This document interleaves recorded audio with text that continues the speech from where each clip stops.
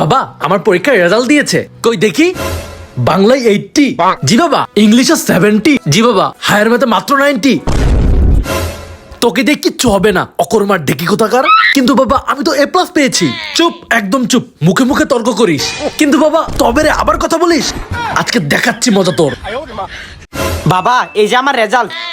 বাংলায় 80, হ্যাঁ ইংলিশে 90, হ্যাঁ বাবা। ম্যাথে 100। এর থেকে আরো ভালো রেজাল্ট করতে হবে। বাবা আমি তো গোল্ডেন A+ পেয়েছি, এর থেকে আর ভালো রেজাল্ট কি করে করব?